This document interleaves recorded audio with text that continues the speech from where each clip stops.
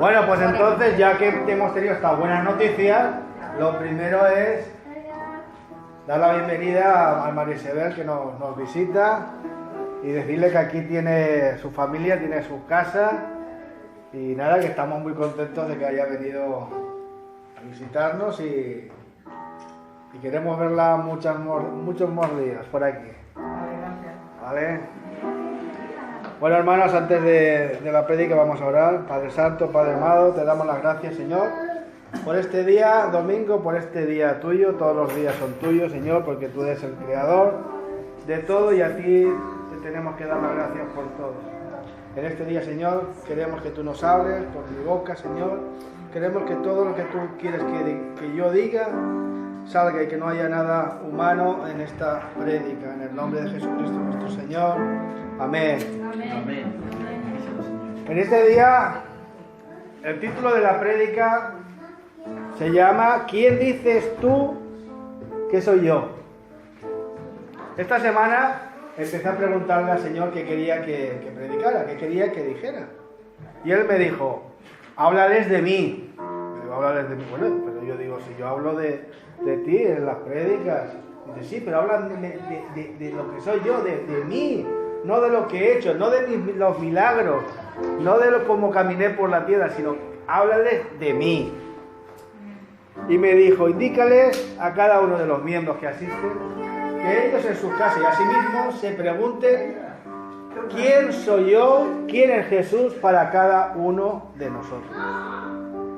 Y es que en este tiempo, como en los tiempos de Jesús, hay mucha gente que vive confundida, que vive en la oscuridad y que no sabe qué salida a coger, no tiene un objetivo en la vida, no tiene una esperanza. Como yo decía el otro día a un pastor, están vegetando. Él tiene toda la razón del mundo. Toda la vida, desde Génesis hasta Malaquías, la Biblia nos está mostrando y nos está dirigiendo hacia la figura de Jesucristo. El Antiguo Testamento está lleno de referencias proféticas sobre cómo sería Jesús, cuándo vendría, qué es lo que haría. Incluso los evangelios, las cartas y en el Apocalipsis nos está dando el plan de salvación, nos está dando la doctrina, nos está dando los mandamientos esenciales. Pero en este momento el Señor dice, quiero que recapaciten y piensen quién soy yo para ustedes. Y es que lo que pensemos acerca de Cristo va a ser muy importante porque vamos a tener una relación o otra relación con Él. Puede cambiar, puede haber interferencias entre la forma de orar, la forma de pensar, la forma que tenemos de llegar al Padre. Si pensamos una cosa u otra, van a haber diferencias y a lo mejor no llevamos, diríamos, el camino correcto y estamos como un poco distorsionados. Es como que cuando hay un receptor y un emisor, tienen que estar los dos tienen que estar en el mismo sintonía, porque a lo mejor nosotros estamos hablando, estamos pidiéndole y las ondas no llegan porque no estamos orando bien, no estamos haciéndolo correctamente. Como hemos dicho, hoy en esta época hay muchos que se están perdiendo. Y se están perdiendo la oportunidad de ser perdonados. Se están perdiendo la oportunidad de tener una esperanza. Se están perdiendo la oportunidad de que sus vidas cambien y cambien para mejor.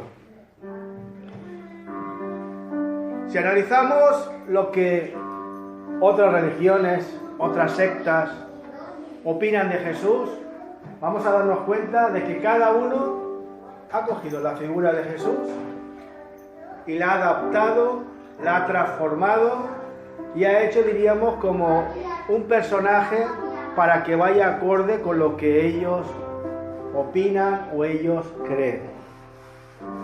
Salvo los ateos que creen que que Jesús ni siquiera existió, que fue un invento, que ha sido un invento para esclavizar a la gente, para tenerlos atadas, para tenerlos sujetos.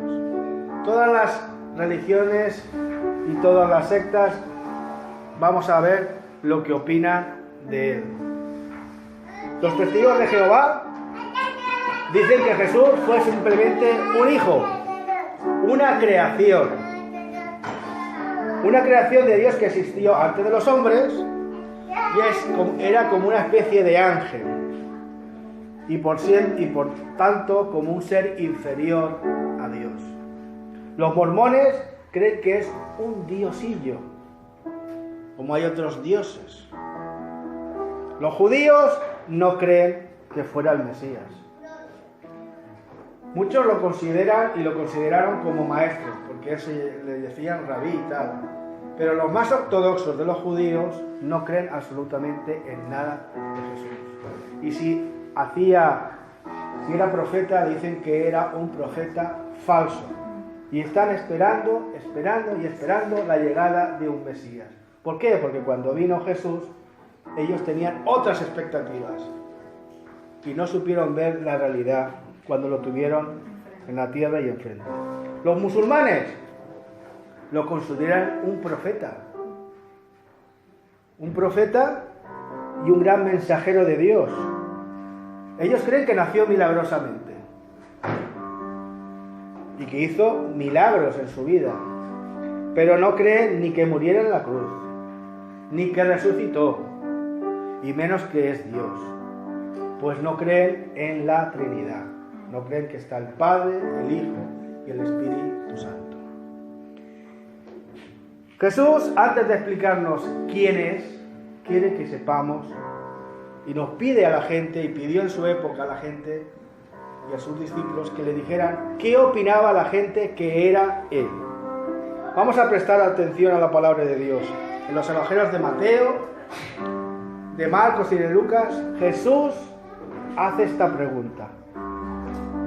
Y es que el maestro quería saber, además de lo que pensaba la gente de Él, lo que opinaban y creían los discípulos más allegados de Él.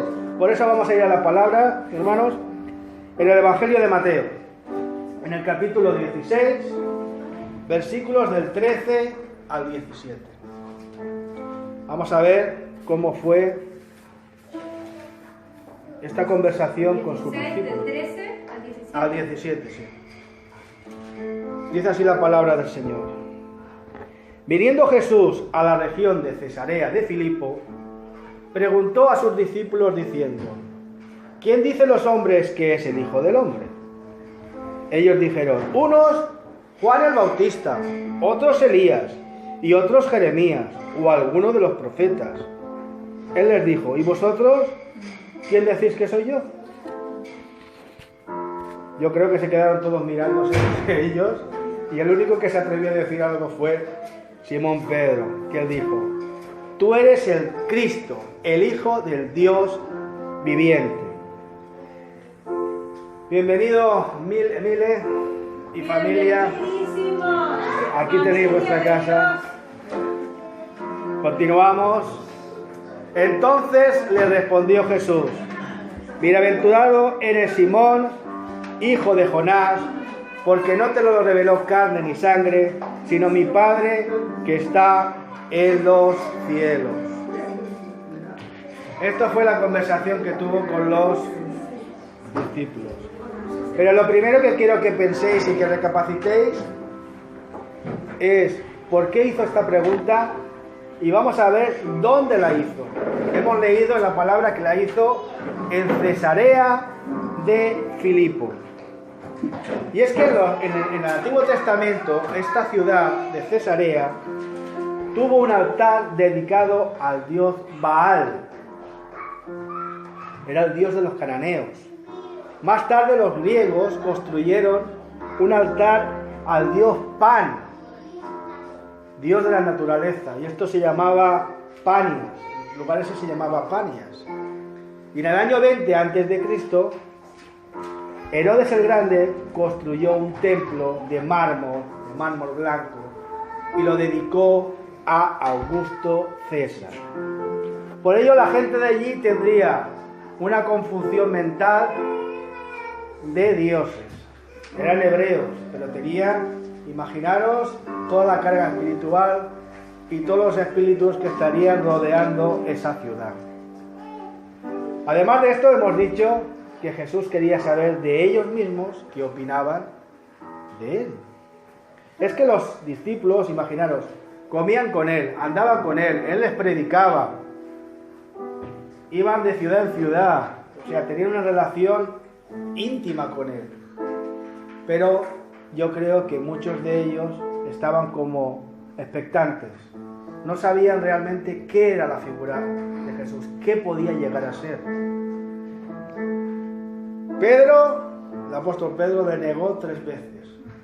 Y los discípulos en muchas ocasiones lo abandonaron. Cuando estuvo en la cruz, simplemente Juan es el que la acompañó. Él sanaba enfermos.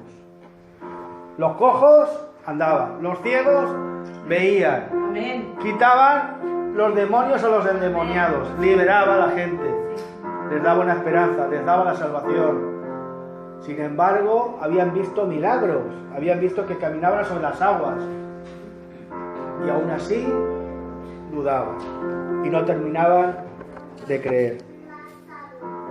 La gente judía, a pesar que no creen en la reencarnación, decían, este es Elías o Jeremías o Juan el Bautista, o sea, pensaban cualquier cosa menos la verdad. ¿Por qué? Porque no tenían la luz que nosotros sí que podemos tener gracias a Jesús y al Espíritu Santo. Amén. Incluso Juan el Bautista, que lo había reconocido cuando estaba él bautizando con agua, y se acercó Jesús, lo reconoció, escuchó la voz del Padre, Juan el Bautista, vio al Espíritu Santo representado como paloma. Sin embargo, cuando está en prisión Juan el Bautista, manda a sus allegados, a sus seguidores, que vayan y que le pregunten a Jesús si él es el Mesías. ¿Qué pasa? Que dudaba un poco. ¿Por qué? Porque los judíos querían otra cosa, esperaban otra cosa. ¿Por qué? Porque les habían enseñado otras cosas, porque la tradición les enseñaba otras cosas, y ellos estaban esperando la liberación de Israel. Querían que desaparecieran los romanos. Entonces veían que pasaba el tiempo, veía que hacía milagros y tal, pero decían, pero ¿será él o tenemos que esperar a otro? Al principio de su ministerio, cuando lo veían predicar, decían, ¿pero este quién es? Este no es el hijo de José y de María, este no es el carpintero, lo que está aquí diciendo. O sea, no le daban ningún respeto, o sea, era un desprecio total. Lo acusaban de engañador, incluso lo acusaron de endemoniado, de brujo. Unos lo seguían porque hacía milagros. El pueblo seguía a Jesús porque hacía milagros. El que estaba llegado de una enfermedad se enteraba y decía, bueno, sea lo que sea, yo voy para allá, a ver si me sano. Muchos se sanaban, otros no se sanaban.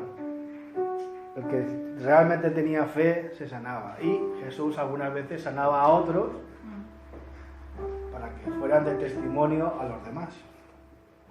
Y aunque los milagros son poderosos, y son poderosos testimonios para la gente, y para la gente que viene a la iglesia, no tiene que ser esa, diríamos, el único objetivo de un cristiano. Amén. Un cristiano no tiene que estar en la iglesia simplemente por los milagros.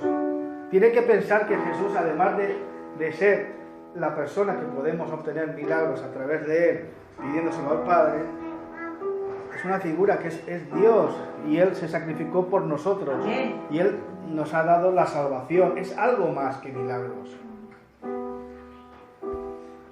La sangre de Cristo tiene poder.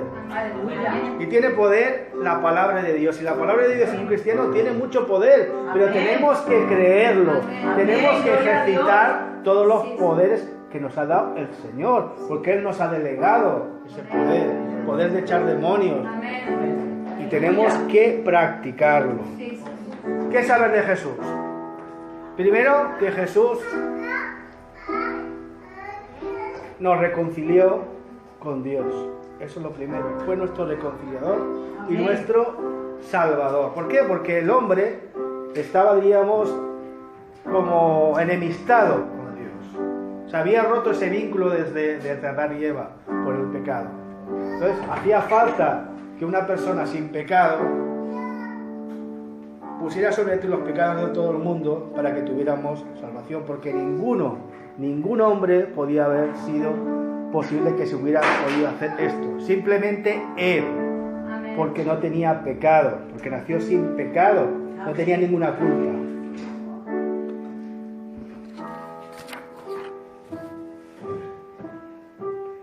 Dice la palabra que el que cree en él y en su palabra tendrá vida eterna. Pues ha pasado de vida, de muerte a vida. Y así como él resucitó, porque si la historia de Jesús se quedara en la cruz, no sé para qué estaríamos haciendo aquí. Lo importante es que él resucitó, él venció a la muerte, él venció al pecado, él venció a Satanás. Las huestes quedaron bajo tierra y están vencidas, y algún día irán al lago de fuego, irán al infierno, que es donde tienen que ir. Jesús es Dios, es la imagen de Dios. Muchos discípulos le decían: muéstranos al Padre, muéstranos al Padre. Queremos saber cómo es el Padre. Y él decía: pero ¿no me veis a mí? Jesús es la segunda persona de la Trinidad, como hemos dicho. No empezó su existencia en Belén. Jesús no nació en Belén. Nació en Belén cuando se encarnó aquí en la tierra. Pero su existencia es eterna, es desde siempre. Es parte de la creación, igual que el Espíritu Santo y el Padre. No es antes ni después. Es uno, porque es un solo Dios. Nosotros también creemos en un solo Dios, con diferentes Padre, Hijo y Espíritu Santo. Juan dice en el capítulo 1, versículo 14, dice: y aquel verbo fue hecho carne y habitó entre nosotros, y vimos su gloria, gloria como unigénito del Padre, lleno de gracia y de verdad.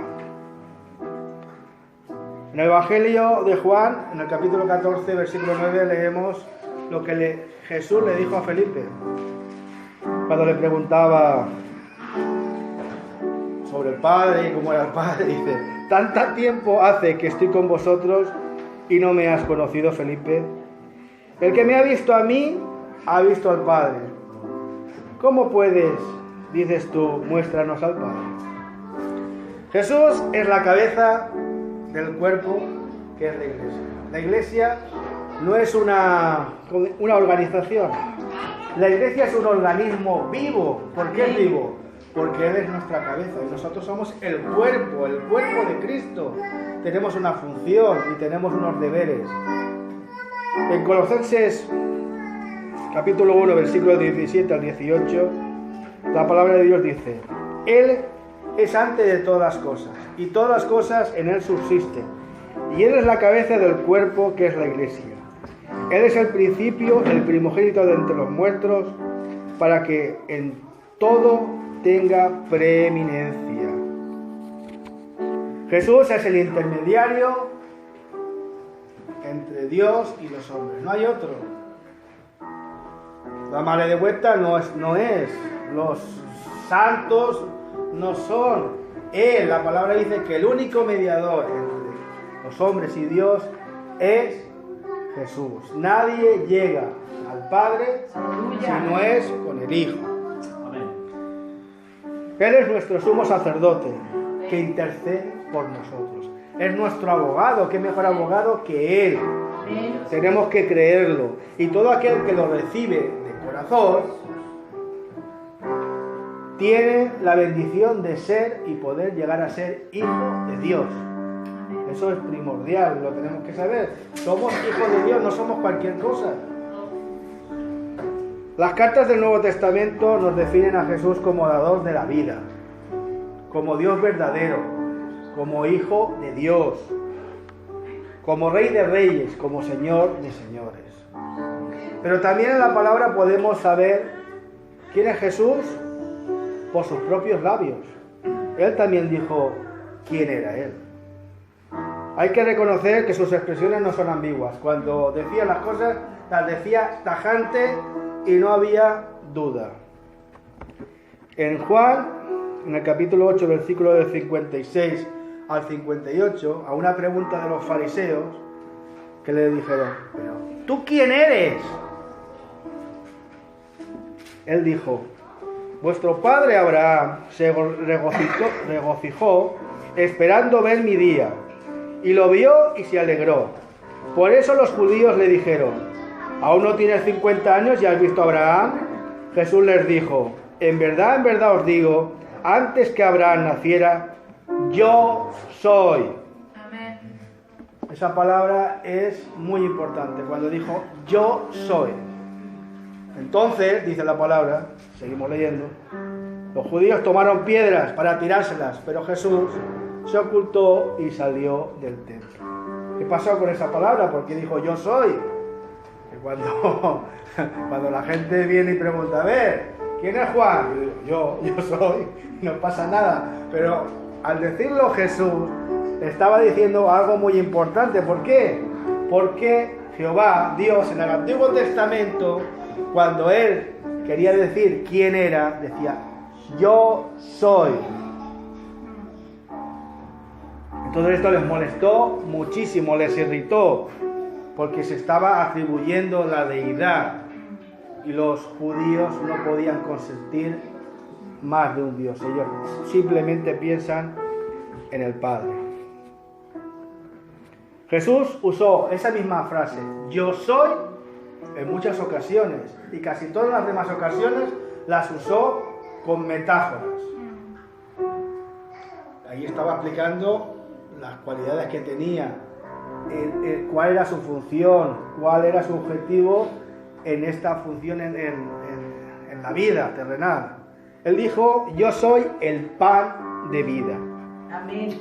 Él es el sustento espiritual.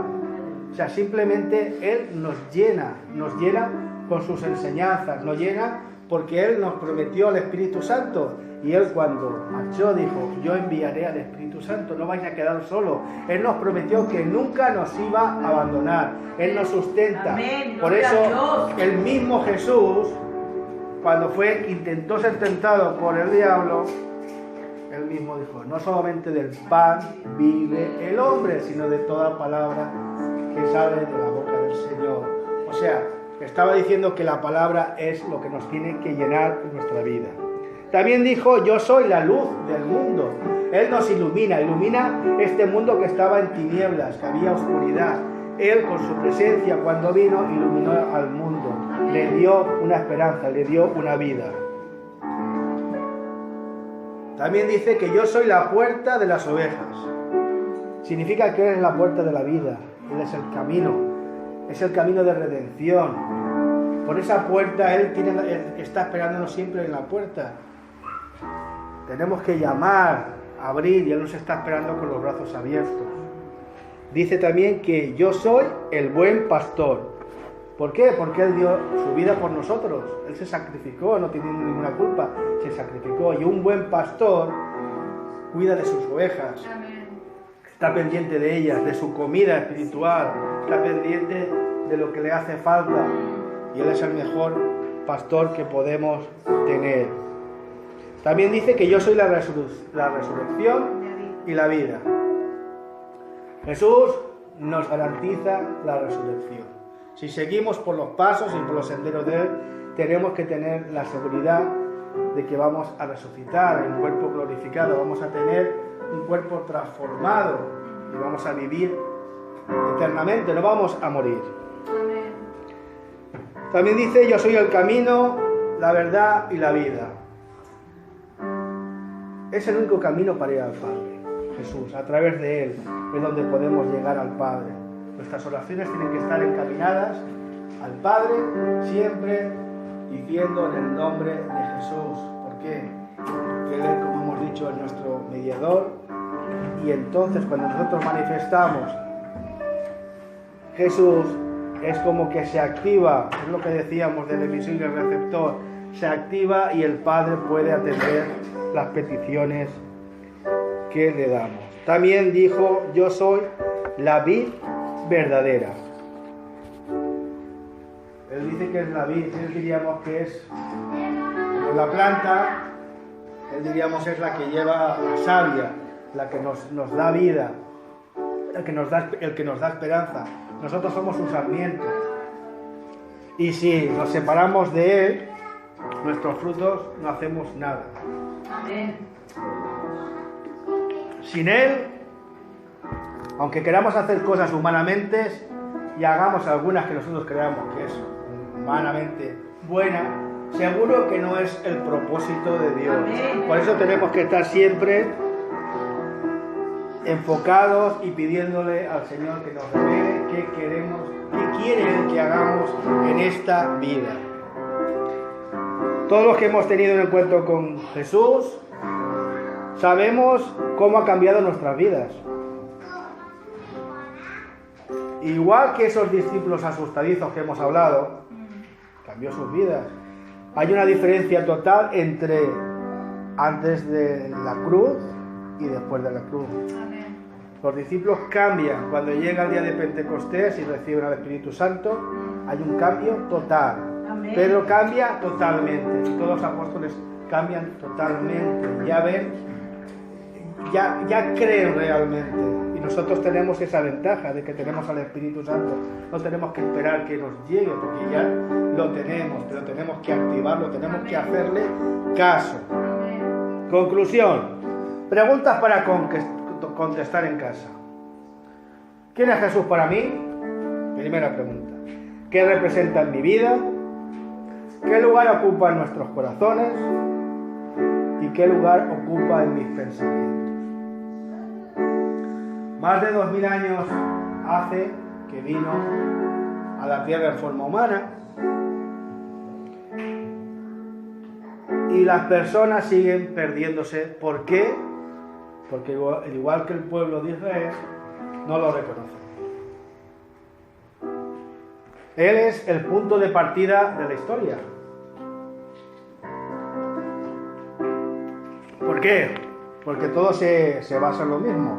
Antes de Jesucristo y después de Jesucristo. Pero además de ser el punto de partida del tiempo, tiene que ser el punto de partida de nuestras vidas.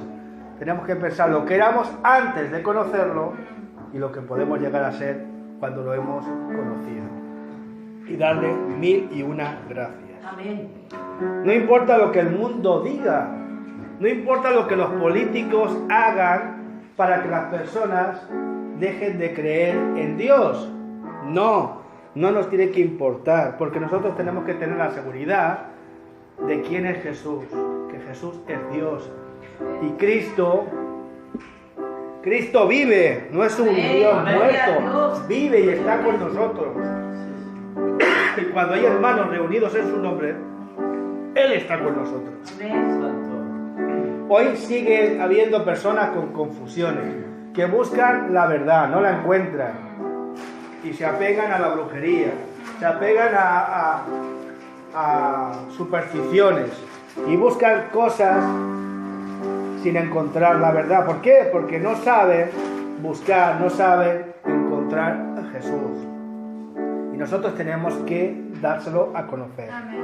Por eso yo animo a la iglesia a seguir predicando, a seguir evangelizando. Pronto vamos a tener ya el cuñito, vamos a poder empezar a poner los articulitos, los textitos que ponemos, los tratados, para que la gente nos conozca, sepa dónde estemos y puedan venir y conocernos. Tenemos que seguir, hermanos, testificando cada día todos los que hemos nacido de nuevo, todo lo que Dios nos ha bendecido, todo lo que el Señor nos ha dado para nosotros. La palabra Jesús tiene poder, como hemos dicho. Aleluya. No es una palabra mágica, pero tiene poder en sí misma, si sabemos utilizarla bien. Cada uno de nosotros tiene un propósito en la vida, un propósito que nos ha dado Dios, y nosotros tenemos que hacer lo posible para que se pueda cumplir en nuestra vida. Muchas veces pedimos al Padre, como hemos dicho, pero pedimos más. En Santiago leemos en el capítulo 5, versículo 16, que la oración eficaz del justo puede mucho. ¿Qué quiere decir eficaz? Pues una oración que está hecha conforme a la voluntad de Dios, conforme al sentir de Dios. Porque si nosotros tenemos una verdadera relación con el Señor, no vamos a pedir cosas que no nos corresponden. Por eso a veces pedimos cosas y el Señor no nos los da, nos da otra cosa. Que a lo mejor con esa cosa podemos conseguir lo que nosotros queremos, pero tiene que haber un proceso. Jesús tiene que ser todo para nosotros. Además de nuestro amigo, tiene que ser nuestro maestro, nuestro salvador, nuestro Dios, nuestro todo. Amén. Él nos conduce, como hemos dicho, a la vida eterna y tenemos que estar, diríamos, confiados en ellos. Ahora yo me permito que os levantéis porque vamos a hacer, me gustaría hacerlo igual que hizo Pedro en su día.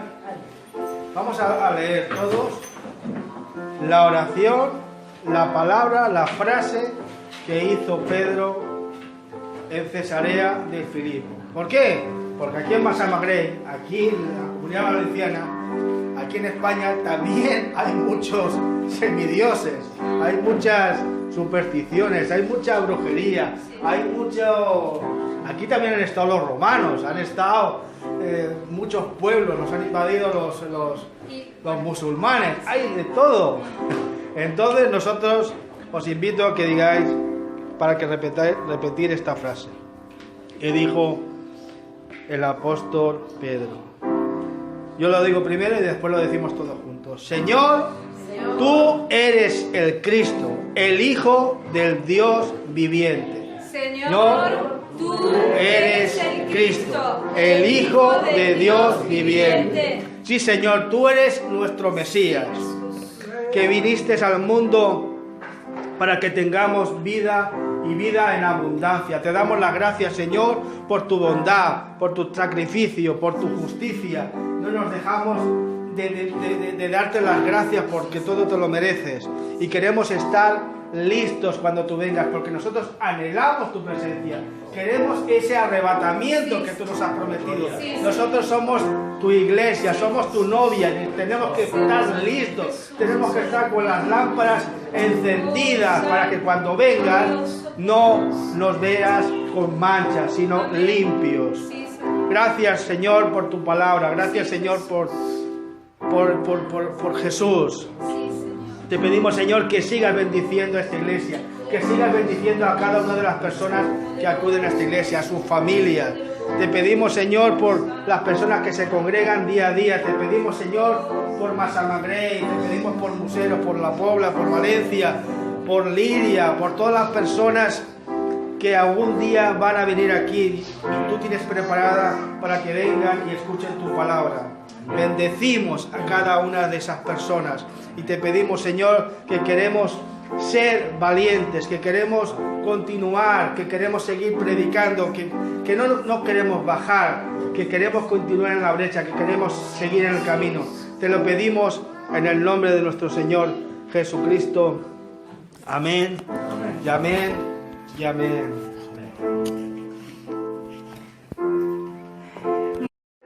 Bueno, pues entonces, ya que hemos tenido estas buenas noticias, lo primero es dar la bienvenida a María Isabel, que nos visita, y decirle que aquí tiene su familia.